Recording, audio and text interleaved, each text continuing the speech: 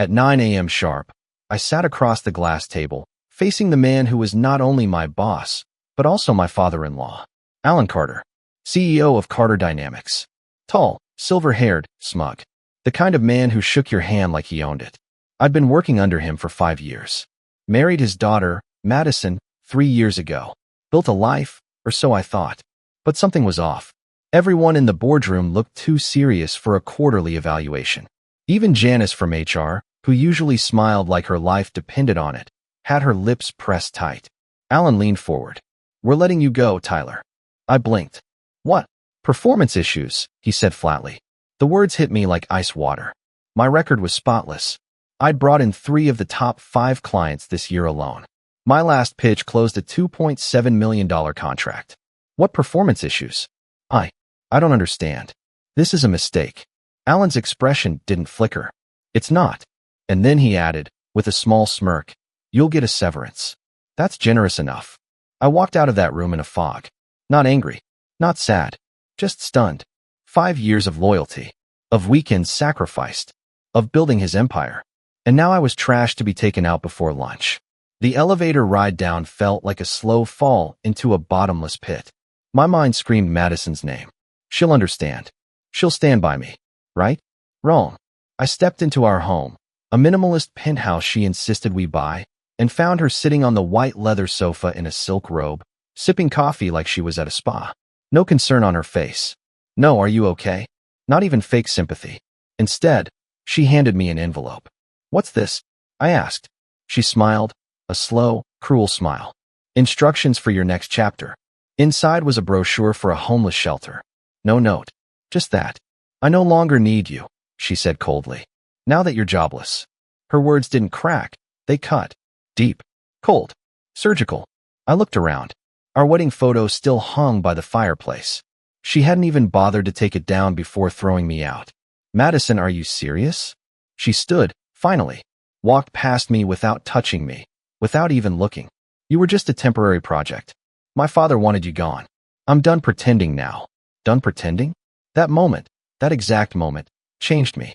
Everything I thought I knew about my life collapsed. The dinners, the trips, the laughs, the cuddles in bed, the whispered "I love yous" lies. All of it. I was just a prop in her game, and the game was over. I walked out with a single duffel bag and a phone that buzzed once with a text from her. "Don't come back." For the next 7 days, silence. No calls. No texts. No apologies. No explanations. I slept in a motel, staring at the ceiling, replaying every scene of our life together like a messed-up movie on loop. But the twist hadn't come yet. Then it happened. At 2:34 a.m. on the 8th day, my phone lit up with a call from Alan Carter. Then Madison. Then Alan again. 223 calls in total. All missed. All ignored. Because they had just found out who I really was. And in that moment, laying in a dark motel room with the glow of 223 missed calls flashing like a pulse monitor, I smiled for the first time in days. Because now they were the ones who didn't understand what was coming. She thought I was just some average guy who got lucky marrying up. What Madison never bothered to learn, or care to ask, was who I was before I walked into Carter Dynamics. She thought I was some sweet-talking sales director, good with clients, decent in bed, quiet in meetings. But my last name wasn't on my resume for a reason. Because the real me didn't need a damn resume. My grandfather built the corporation that owns Carter Dynamics distribution rights. I'm not just rich, I'm legacy. And I hid it on purpose. I wanted to build something myself. I wanted to know if people could value me without the family name. Turns out, they couldn't. Not Madison. Not Alan. Not the board. That week in the motel, I didn't sulk. I prepared. I made 2 calls. One to my private banker, the other to the family legal team. By day 3, I had more control than they could imagine. Madison and her father had just thrown away the one person who could have saved them from what was coming. But they didn't know yet. That's why the calls came flooding in.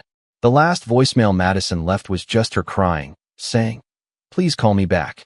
I think there's been a mistake. We can talk about this." A mistake?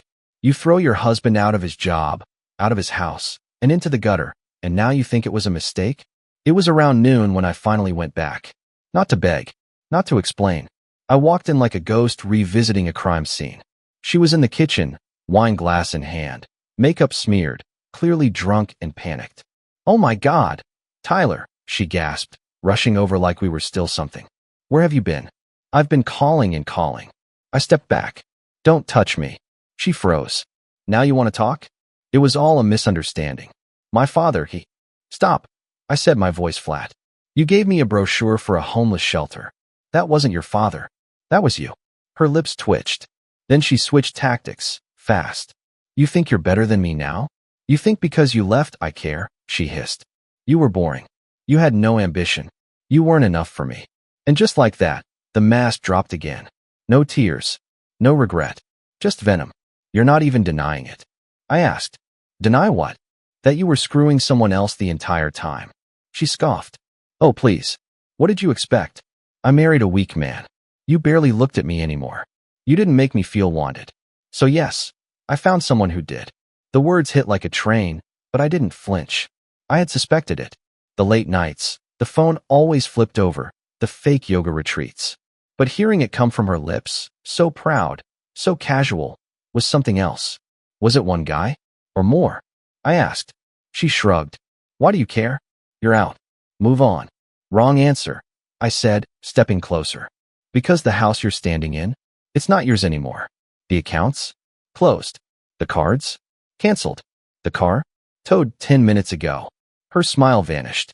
"What are you talking about?" she asked, genuinely confused for the first time. I pulled a folded piece of paper from my pocket and placed it on the counter. "This is a legal transfer of assets. See, Madison, I bought Carter Dynamics' outstanding debt this week, which means your daddy's company. It belongs to me now." She laughed, one short, incredulous bark. "You're lying." "I'm not," I said, calm as ever. "And tomorrow morning, there's going to be a company-wide meeting. Your father will be there. So will the new board." She stumbled back like I had physically shoved her. You can't do this." "I already did." Then I turned toward the door. "You broke something in me, Madison. You burned down everything we built. But you forgot one thing. Some men don't beg. Some men build empires while you're busy playing in the dirt." She screamed something behind me. I didn't catch it. I was already walking down the hallway, and I swear I heard her glass hit the wall. My heart didn't race. My hands didn't shake. I was done being her pawn. Now it was her turn to lose everything. The next morning, I stood at the head of the long boardroom table, the same one where Alan Carter fired me a week ago. Only now, I wasn't seated like an employee waiting to be judged. I was the one in charge. Alan walked in, flanked by two of his senior VPs. He looked tired, confused, like a man who hadn't slept all night. I almost felt sorry for him. Almost. He saw me and stopped. His face twisted. "What are you doing here, Tyler?" I leaned back in the chair, smiled. "Good morning, Alan. I asked you a question, and I'll give you an answer," I said calmly. "Have a seat." The room went quiet. The VPs didn't know what was going on, but they followed my lead and sat down. Alan hesitated, but finally sank into the chair opposite me. I slid a folder across the table. "What's this?" he asked. "Confirmation of purchase," I said. "My family trust, the one you didn't know about, just acquired every piece of debt your company was drowning in. We also picked up majority shares from your two largest investors yesterday." Alan paled. "That's not possible." "It is," I said. "And it's done." He opened the folder. The more he read, the less blood stayed in his face. His hand trembled. His jaw clenched. "You planned this," he said. I didn't deny it. "You used my daughter. You used this company." "No," I said. "I loved your daughter. I worked hard for this company. But the two of you fired me and threw me out like garbage. You made this personal. Now you get to live with it." "I'll fight this," he said weakly. "I've got lawyers." "So do I. Better ones." The room was silent except for the shuffle of pages. Alan looked smaller than I'd ever seen him. I stood. "You're no longer CEO. Effective immediately. I've appointed a new executive team. HR will help you clean out your office. And Alan, try not to cry in front of your old assistants. It's pathetic." He didn't move. Just sat there, stunned. I walked out, nodding to the boardroom. "Gentlemen." That afternoon, I went back to the penthouse one last time. Not to fight. Not to talk. Just to collect what was mine. Madison was there, sitting on the edge of the bed, makeup smeared again, phone in hand. She looked up, eyes wild. "Tyler, please." I didn't mean any of it. I was scared. I thought you were just some guy." "Yeah," I interrupted. "You did." I made a mistake, she whispered. You made several mistakes. She stood and walked over. We can fix this. I still love you. I was just confused. My father pressured me. It was all happening so fast. You gave me a homeless shelter brochure, Madison. I was being dramatic. I didn't mean it. But you meant it when you told me I wasn't enough, right? When you bragged about being with other guys. That wasn't drama. That was the real you. She opened her mouth, but no sound came out. I dropped a small envelope on the bed, divorce papers, already signed. I'm leaving the penthouse to you. As a parting gift. But the bank accounts? Done. The cards? Gone. The connections you used to flaunt at your little brunches? All canceled. Her eyes filled with tears. I almost believed her. Almost. You'll regret this, she whispered. I tilted my head. That's the difference between us. You regret things after they fall apart. I build something better. I turned to leave. Wait, she called out. What am I supposed to do now? I paused in the doorway. You'll figure it out, I said. Or maybe you won't. Either way, I'm not your problem anymore. I closed the door behind me. Not softly. As I walked to the elevator, I felt a strange kind of peace. Not happiness. Not yet. But the air felt different. Lighter. That night, I sat on a rooftop downtown with a drink in my hand and a quiet city below. Everything was behind me. The betrayal, the humiliation, the rage. And ahead? Only space. Only choices. The revenge wasn't the best part. Watching her world crumble wasn't either. It was the moment I realized I didn't need her to begin with. And she finally realized who I really was. 3 weeks passed. I didn't hear from Madison after that last scene. Not directly, at least. But whispers found their way to me. Through mutual friends, old colleagues, even my ex-assistant who used to run errands for her. Apparently, Madison wasn't doing too well. The condo was quiet now, too quiet for someone who used to throw wine nights every Thursday just to feel adored. Her so-called friends stopped coming around when the champagne stopped flowing. That's the thing about social climbers. They scatter the moment you slip. I'd be lying if I said I didn't enjoy hearing about her downfall. There was a certain pleasure in knowing she finally had to live with herself, with no spotlight, no status, just silence and a full-length mirror. But then something unexpected happened. One rainy Friday night, just as I was getting into my car outside the office, I saw a black SUV parked across the street. A figure stepped out. Madison, hair pulled back, oversized coat, heels clicking on the pavement. She looked different, less polished, almost desperate. She walked straight up to my car and knocked on the window. I hesitated, then rolled it down a crack. What do you want? She flinched like I'd slapped her. I just want to talk, she said, her voice small, almost brittle. I opened the door and stepped out. Make it quick. I know you don't owe me anything, she began, but I'm not here to beg. I just wanted to tell you something. I crossed my arms. Go on. She hesitated, then took a deep breath. I didn't just cheat on you because I was bored or cruel, she said. I know it sounded like that. I was cruel, but I was also afraid. Afraid of what? I asked, annoyed she was dragging this out. You, she whispered. I blinked. What the hell does that mean? You never really let me in. You were always holding something back. I felt like I was married to a stranger.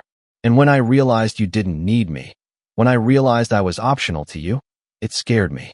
I laughed once, cold and short. You didn't feel like I needed you? So your solution was to humiliate me? Sleep around? Toss me aside the second you thought I lost my worth. Her eyes welled up, but I felt nothing. Not even a flicker. I was wrong, she said.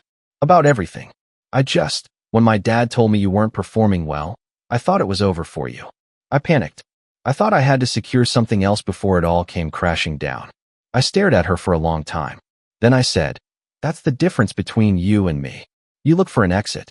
I build another floor. She looked down. I know.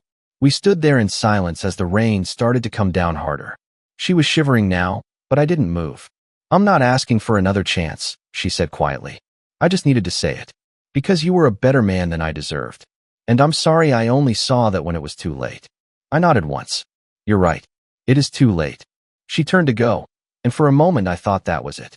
But just before stepping into her car, she looked back. Tyler, she asked. Yeah. That guy I was seeing? He's in jail now. You were right about him. I raised an eyebrow. Jail. Assault. And fraud. He used me. I wanted to say like you used me, but I didn't. I just gave her the same look she once gave me when she handed me that envelope. Blank. Cold, distant. She drove off.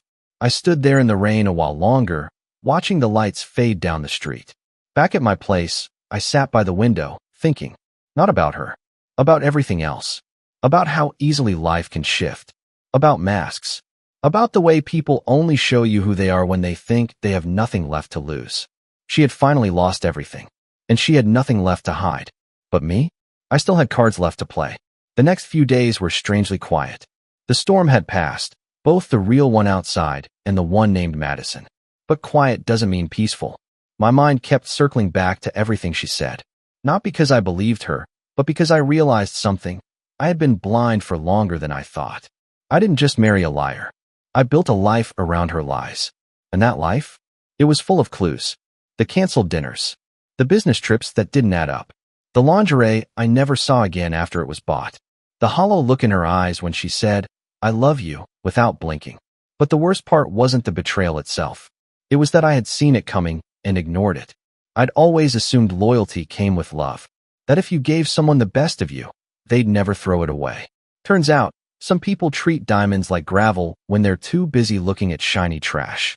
One morning, I got a message from an unknown number. Just an address. No name. No explanation. Something told me to go. I arrived at a cafe just off the main square. The kind of place that tried too hard to look rustic. Inside, at a corner table, sat someone I never expected to see again. Shane, my old college roommate. A guy I hadn't spoken to in years, and the last person I expected to be tied to this story.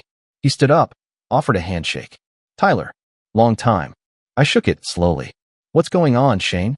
He sat down. "You're going to want to hear this." I took a seat. He pulled out his phone, tapped the screen, and turned it toward me. Video footage. Madison, in a hotel room, laughing with a man I didn't recognize at first, until he turned around and faced the camera. Alan Carter. Her father. My breath froze.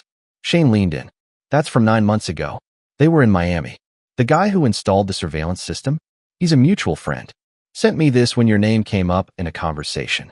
I stared at the screen, heart pounding. They weren't together in the way I feared. Thank God, but they were plotting. You could hear it in the audio. Clear as day. "Alan, he's too clean. We need to discredit him." "Madison, he's not suspicious. I can push him out. I just need a few more weeks." "Alan, once he's gone, I'll replace him with someone loyal. You'll get your share." She had planned it. All of it. She didn't just cheat on me emotionally. She conspired. With her own father. To destroy me. I sat back, cold fire rushing through my veins. "She said it was all a mistake," I muttered. Shane frowned. "Yeah, well, that mistake had a timeline, witnesses, and execution. Doesn't look like an accident to me." I didn't answer. I couldn't. My phone buzzed again. A message from Madison. "I miss you." I laughed. Shane looked at me. "What are you going to do?" I pocketed the phone. Something she'll never forget. That night, I called my lawyer. Set up a press meeting. I want full exposure. He paused. "Are you sure? This could get messy." "I'm counting on it." 3 days later, the story hit. Whistleblower reveals CEO's daughter and former executive conspired in internal sabotage plot. The footage went public. The phone recordings. The timeline. Everything. Carter Dynamics stock plummeted 43% in one day. Alan was suspended by the board. Investigations were launched. Investors pulled out. And Madison? She vanished from every social feed within hours. No more bikini photos with fake captions about healing and new energy. No more brunches. No more smug little smiles. Gone. Just like that. Some people crash when you push them. But Madison? She lit the fuse herself. A week after the scandal broke, I was sitting alone in my office. The new office. The one with floor-to-ceiling windows overlooking the city Madison once bragged about owning. My phone was off, my coffee cold, and I was staring at the same replayed video again. Her and Alan. Whispering like snakes. My blood didn't boil anymore. It was colder now. Focused. Controlled. Then came the knock. I knew that knock. Light, unsure, but deliberate. I didn't answer. I just waited. The door creaked open. Madison stood there. Not with her usual pouty entrance or designer bag slung over her shoulder. No makeup. Hair tied back. She looked 10 years older than she did last month. "Tyler," she said quietly. "Please." I didn't say anything. She walked in slowly, shutting the door behind her like she was afraid it might scream. I'm not here to ask for anything. I needed to face you. One more time. I finally looked up at her. You should be in hiding. I was, she said with a weak laugh. But hiding doesn't erase guilt. It just makes it echo louder. She sat down without asking. Bold of her. Or just foolish, still thinking she had the right. I didn't know the footage existed, she said. I know, I replied. That's why it was perfect. She winced. I deserve that. No, you deserve worse. Silence stretched. I didn't expect this to go so far, she said, eyes glossing. We thought we could push you out, make it seem like it was your fault, and then, I don't know. I guess I thought I'd be in control. You were in control, I said flatly. For a moment. Long enough to burn your life to the ground. She nodded, slowly. My father's gone. No one's taking his calls. His lawyers won't even return messages. The company board forced him to resign yesterday. Did you know? I knew before you did. Her lip trembled. And me? Am I going to be arrested? Maybe. Depends what else they find. Your voice is all over that video. She looked down. I lost everything, she whispered. Everyone abandoned me. I leaned forward. Everyone you kept around only stayed because you had something to offer. You knew that. You chose that life. You laughed in my face while building your exit plan. You mocked me while climbing into bed with other men. And now you sit there wondering why no one's left. Tears rolled down her cheeks now, but they didn't move me. You used to love me, she choked. I did, I said. And you loved what I gave you. Until it wasn't enough. She looked at me, desperate. Please, tell me there's a way back. That I can fix something. I stood up. There's nothing left to fix. She stood too, shaky. Then why let me in here? I took a breath. Because I wanted to see what a ruined liar looks like when they're finally forced to feel.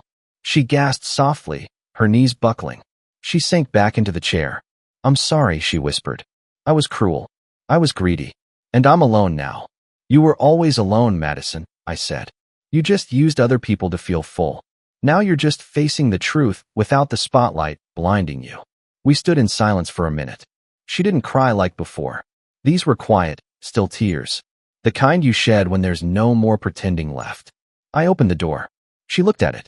You're letting me go? No, I said. I let you go the moment you handed me that envelope. She nodded slowly, stood, and walked toward the hallway. No final words. No dramatic exit. Just silence. When the door closed behind her, I sat back down and looked at the city lights. Madison was over. Alan was done. But I wasn't finished yet. There was still one more chapter to write. 2 months later, everything had settled. Public opinion had shifted from scandal to fascination. News anchors called it the corporate coup of the year. Financial blogs praised the silent heir who flipped the script. Shareholders were thrilled. The company was reborn. But for me, it wasn't about the headlines. It was about closure. Not revenge. That burned out weeks ago. What I craved now was stillness. Peace. Something honest. One rainy evening, I drove back to the neighborhood where it all started. Not the penthouse, not the skyscrapers, but the old 2-bedroom apartment I lived in before Madison. The place with the creaky floorboards, dusty curtains, and a view of the parking lot. I parked and just sat there, staring out the window, watching strangers walk their dogs, couples bickering under umbrellas, a kid riding a scooter through puddles. That used to be my world. Simple. Real. I remembered a version of myself who thought love was enough. That loyalty meant something. That if you gave your best to someone, they'd never turn on you. I was wrong. But being wrong didn't make me weak. It made me awake. Later that night, I found myself writing something. Not a letter to Madison. Not a blog post. Just a note to myself. The man I used to be. The man I might become again. Asterisk, don't ever apologize for loving too hard. But don't ever forget how they treated you when you had nothing to offer. Never let charm blind you to character. And if they ever hand you a brochure for a homeless shelter, smile. Because they just handed you the keys to your freedom. Asterisk. The next morning, I had breakfast at a local diner. Alone, quietly, no spotlight. No name tags. Just coffee, eggs, and peace. The waitress flirted a little. I smiled back, but didn't bite. I wasn't ready. Not yet. Later that week, I got a call from a charity I'd anonymously donated to. The same shelter Madison tried to humiliate me with. The director told me my funding had helped expand their services by 40%. New beds, new programs, better care. I hung up and laughed to myself. That brochure? Best thing anyone's ever given me. Madison never reached out again. Alan disappeared from the media. Carter Dynamics became just another chapter in my book, not the whole story. As for me, I started something new, something mine, not born out of revenge or rage, but clarity. I don't need to burn bridges anymore. I build better roads. So, if you're a man reading this, maybe you're still stuck in the storm. Maybe you just got handed your own version of a brochure. Let me tell you something. You are not what they say when they're angry. You are not who they see when you're down. And if they think getting rid of you means they've won, let them think that. And then quietly, turn everything they knew upside down and walk away without ever looking back.